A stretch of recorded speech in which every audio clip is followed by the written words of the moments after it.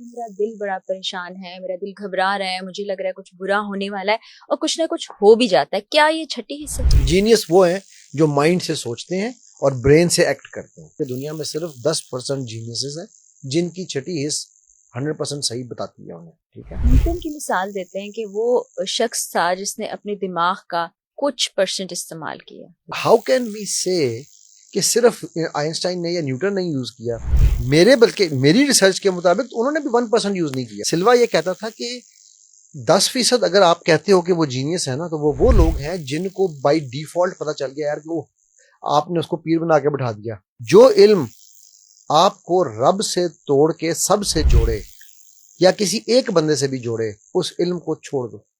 कैसे अपनी छठी हिस्स को स्ट्रॉन्ग किया जाए? रूहानियत और रहमानियत दो अलग चीजें हैं। मैं अंडर ओथ हूँ, मेरे स्टूडेंट्स अंडर ओथ होते हैं। ये ओथ किसको दिया आपने? जिनसे मैंने जिससे कोर्स किया था, जब सिल्वा इंटरनेशनल जब मैंने किया तो उनसे मैंने उनको कोर्स दिया था कि जी हम इसकी पब्लिक डेमोन्स्ट्रेशंस के लिए फड़े मारने के लिए यूज नहीं करेंगे। पर मैं आपसे झूठ नहीं बोल रहा हूँ, मैं डेली का 1.5 से 2 करोड़ रुपया कमा सकता हूँ बगैर कुछ किए। अली साहब, जैसे कभी कभी हम कहते हैं कि मेरा दिल बड़ा परेशान है, मेरा दिल घबरा रहा है, मुझे लग रहा है कुछ बुरा होने वाला है और कुछ ना कुछ हो भी जाता है। क्या ये छठी हिस्सा? Of course. और ये कैसे कैसे इसको आप जान सकते हैं? सबसे पहले तो जानना, फिर इसको स्ट्रॉन्ग करना, क्योंकि मौजूद तो हर एक में है ना। हर एक में वो है ना। जो मैं एक कोर्स जो कराता हूँ सिल्वा का, मोजे सिल्वा उसका बानी है। वो एक बड़ा ही स्टॉन्च किस्म का, बड़ा ही स्ट्रिक्ट किस्म का कैथलिक क्रिश्चियन था। मैक्सिकन कैथलिक था वो, अमेरिकन। तो उसने ये कहा था कि अगर एक रब है दुनिया में चलाने वाला, God is one, and if he is just, और मुनसिफ भी है, तो ये हो नहीं सकता कि उसने दुनिया में सिर्फ 10% लोगों को जीनियस पैदा किया है। जीनियस वो हैं जो माइंड से सोचते हैं और ब्रेन से एक्ट करते हैं। एक्शन फिजिकल होना है ना, सोच माइंड से आनी है। तो उसने ये पूरा सिल्वा का एक सिस्टम बनाया था। तो उसका ये मानना था तो कि भाई अगर वो एक ही खुदा है और वो एक खुदा मुनसिफ है, तो उसने सबको ये ताकत दी है। 10% लोग, क्योंकि रिसर्च ये कहती है, डॉक्टर रायन थे ड्यूक यूनिवर्सिटी के, और 1950s में उन्होंने ये रिसर्च किया, उन्होंने ये साबित किया था कि दुनिया में सिर्फ 10% जीनियसेस हैं जिनकी छठी हिस्स 100% सही बताती है उन्हें। ठीक है, और बाकी 90% ये पैदा होते हैं, ये बनाए नहीं जा सकते। तो सिल्वा ने ये साबित किया था कि अगर वो 10% पैदा हुए हैं तो 90% भी जीनियसेस हैं, उनको इदराक नहीं है। जैसे कि हम न्यूटन की मिसाल देते हैं कि वो शख्स था जिसने अपने दिमाग का कुछ परसेंट इस्तेमाल किया, नहीं, ये मैक्सिमम मिसाल उसने गलत है। इस्तेमाल किया। ये मिसाल ही गलत है। ये मिसाल कैसे? ही गलत है। देखिए, इसकी वजह ये न्यूटन आइंस्टाइन के बारे में भी कहा जाता है ये, ठीक है, लेकिन ये है कि ये मिसाल इसलिए गलत है कि एक वो कहेंगे, लोग कहेंगे मौलवी साहब मूवियों की बातें कर रहे हैं। एक मूवी है लूसी, मैंने देखी है वो। देखी है आपने? जी जी। राइट। और आप वो देखें सब्सटेंस में लड़की तब्दील हो तब्दील हो जाती जाती है। है, करेक्ट। अब वो या इसी तरह एक और मूवी है इंसेप्शन, जो ड्रीम्स जी में जी, आप वो जा भी रहे हैं। मैंने ठीक है, देखी है। मेरा बड़ा इंटरेस्ट है ये जो जिसको कहते हैं ना गैर माफूकी या माफौकुल गैर फितरत किस्म के। मरई और माफूकुल फितरत किस्म की चीजों में। तो अब आप देखें कि उन दोनों मूवीज में जो चीज आपको दिखाई जा रही है, जो चीज बताई जा रही है, वो बेसिकली ये बताया जा रहा है कि आपका माइंड कितना पावरफुल है, क्या कुछ कर सकता है। ठीक है, सो हाउ कैन वी से कि सिर्फ आइंस्टाइन ने या न्यूटन ने यूज किया। बल्कि मेरी रिसर्च के मुताबिक तो उन्होंने भी 1% यूज नहीं किया। जी, ये कि 1% भी शायद नहीं यूज यूज नहीं कर हुआ, सके। करेक्ट। सो अब इसलिए हर इंसान अपनी कैपेसिटी के मुताबिक, यही तो सिल्वा का बाकियों से इख्तिलाफ था। सिल्वा ये कहता था कि 10% अगर आप कहते हो कि वो जीनियस है ना, तो वो लोग हैं जिनको बाय डिफॉल्ट पता चल गया यार कि वो आपने उसको पीर बना के बैठा दिया, तो भी पीर साहब को फौरन पता चल जाता है। राइट। और 10% वो हैं जो मेरी तरह ये इल्म सीख लेते हैं। 80% वो हैं जिनके ना आने से दुनिया में फर्क पड़ता है, ना जाने से फर्क पड़ता है, क्योंकि वो सुबह शाम कोलू के बैल की तरह वो चलना चलना मादाम चलना, वो चलते ही रहते हैं, अपना काम करते रहते हैं, वो इस तरफ जाते ही नहीं है। सो उसके मुताबिक उन 80% को भी हमने ये सिखाना है कि भाई तुम में भी ये एबिलिटी है। All you need to do is to learn, because Quran में अल्लाह कह रहे हैं छोड़ दें हुजूर सिल्वा को, छोड़ दें सिल्वा को, हर चीज को छोड़ देंगे। मेरा ये मानना है, जो इल्म आपको रब से तोड़ के सब से जोड़े या किसी एक बंदे से भी जोड़े, उस इल्म को छोड़ दो। इल्म वो है जो रब से जोड़े। राइट। कुरान में अल्लाह क्या कह रहे हैं? मुतदब्बिरून, याकिलून, आकिलून, मुतफक्किरून। कौन है ये?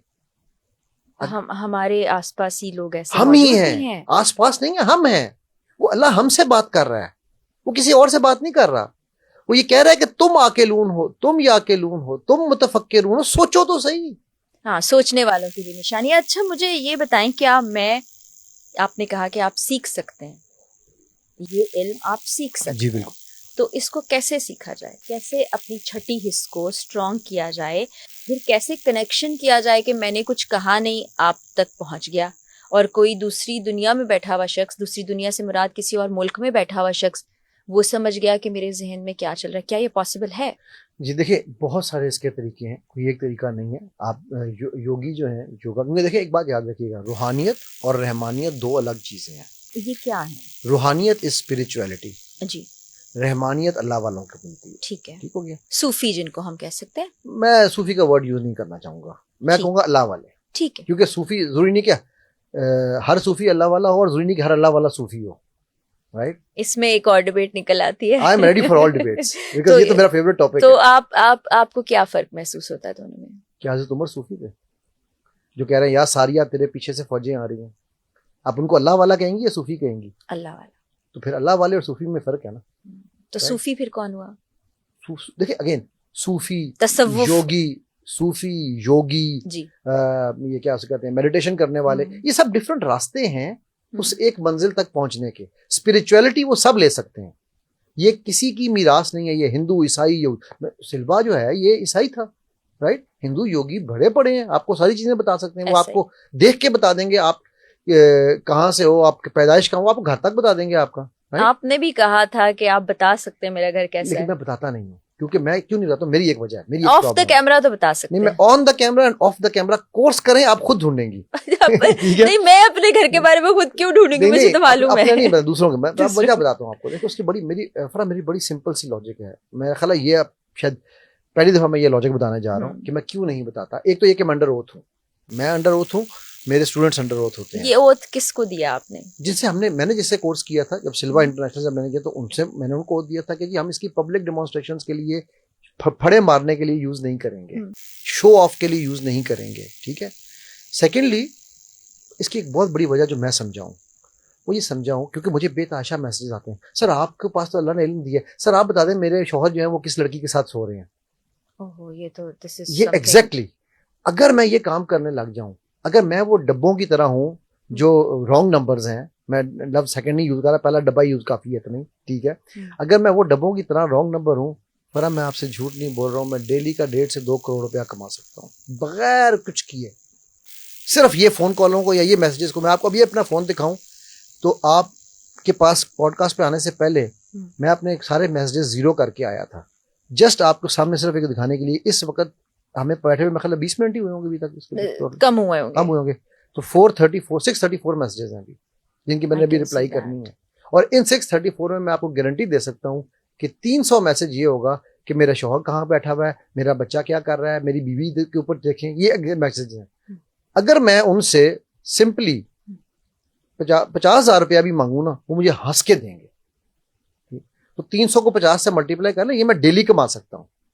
सो इसलिए मैं पब्लिक डेमोन्स्ट्रेशन भी नहीं करता, इसलिए मैं इनको टोटल डिस्कस करता हूँ, sorry I am not interested. अभी मैंने जिस तरह आपसे पहले ऑफ द कैमरा बात हो रही थी, पता नहीं आप इसको जाने देंगी ऑन एयर या नहीं। जाने देंगे। एक बच्ची ने मुझे कहा, फोन मैसेज किया, अभी उसका मैसेज मैं आप जब आई हैं तो मैं उसी को रिप्लाई कर रहा था, ठीक है जी कि सर मैं किसी के साथ 3 साल से फिजिकल रिलेशन में हूँ, अब उसने शादी का प्रपोजल दिया, तो अब मैं देखना चाहती हूँ वो बंदा कैसा है, मुझे बताएं वो सिंसियर है मेरे साथ या नहीं। आप जितने पैसे कहेंगे मैं दूंगी इस काम के,